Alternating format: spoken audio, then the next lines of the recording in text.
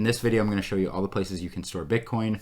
We're going to start with storing it behind the good old username and password and why that's not good enough. Then we'll move to holding Bitcoin yourself the easy and free way, to devices that make it a little bit more secure and setups that make it exponentially more secure if done properly. So let's think of Bitcoin as US dollars. Where would you hold US dollars? What first comes to your mind is probably bank accounts. And there are bank accounts for Bitcoin. These are called custodians. You might be familiar with Coinbase, Cash App, Ledin, River, Wealthsimple. These are places that hold Bitcoin under your name behind a username and password you're familiar with. The convenience factor is high with easy to use apps, customer support, but think about how actual cash in your hand feels different than having it in your bank account. When you store your money in a bank, they can rehypothecate your funds, lock you out of your account, not guarantee insurance of all funds stored with them. In Bitcoin, there's hundreds of examples of Bitcoin custodians running away with your funds, rehypothecating your funds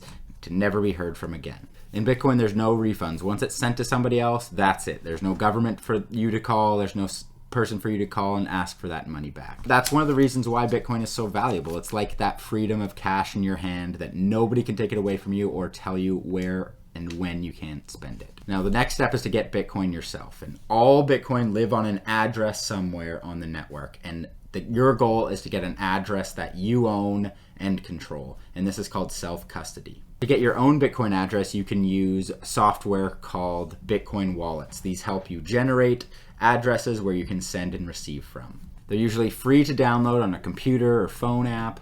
Essentially, a Bitcoin wallet generates public addresses to send Bitcoin to, a private key to move Bitcoin from that public address, and coordinate all the transactions with the rest of the network. So let's use an analogy for Bitcoin wallets. Think of them as a mailbox. All Bitcoin in the world live in a mailbox somewhere. Your mailbox has a receiving address where you store Bitcoin in. All Bitcoin you receive is sent to this address and stored within this mailbox. You're the only one who has access to this mailbox with a private key when you want to take that Bitcoin out and send it to someone else on the network. If you've ever used a banking app, finance app, you can definitely use and set up your own Bitcoin wallet. They have security features like passwords, PIN numbers, seed phrases to back it up in case you ever lose access to them. All my recommendations for what type of wallets you should use will be at the end of this video. These Bitcoin wallets aren't perfect. They are susceptible to hackers, people recording your screen when they're connected to the internet. To mitigate this problem, there are devices called cold wallets, and they store your private key when you send Bitcoin offline indefinitely. They work by connecting to hot wallets online. Even if somebody was able to connect to that, hack that, there's no way they could send money off of it because the key to send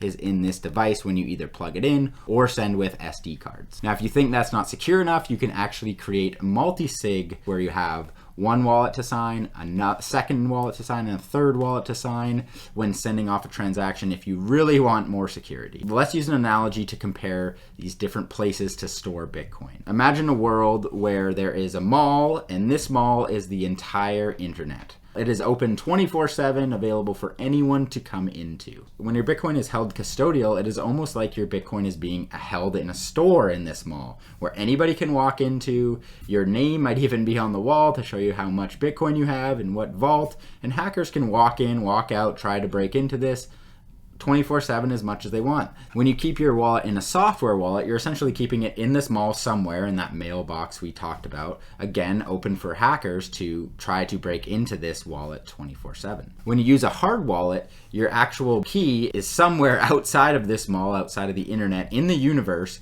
where you want your Bitcoin to be stored. When you create a multisig vault, you can have any number and combination of keys stored anywhere you'd like to unlock and move your Bitcoin. Those are all the different levels of security on where you could store Bitcoin. So my recommendations, if you were going to use a custodial solution, make sure 1, it's in your jurisdiction.